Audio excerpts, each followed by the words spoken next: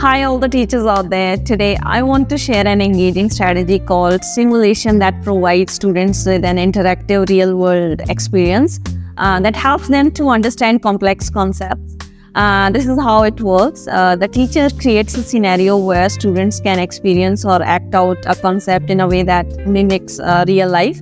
For example, in a unit on government systems, you could simulate a mock election in the classroom, assign different students to play roles such as president, candidates, voters, and campaign managers, etc. The nominated students can give speeches, create campaign posters, and try to convince their classmates to vote for them.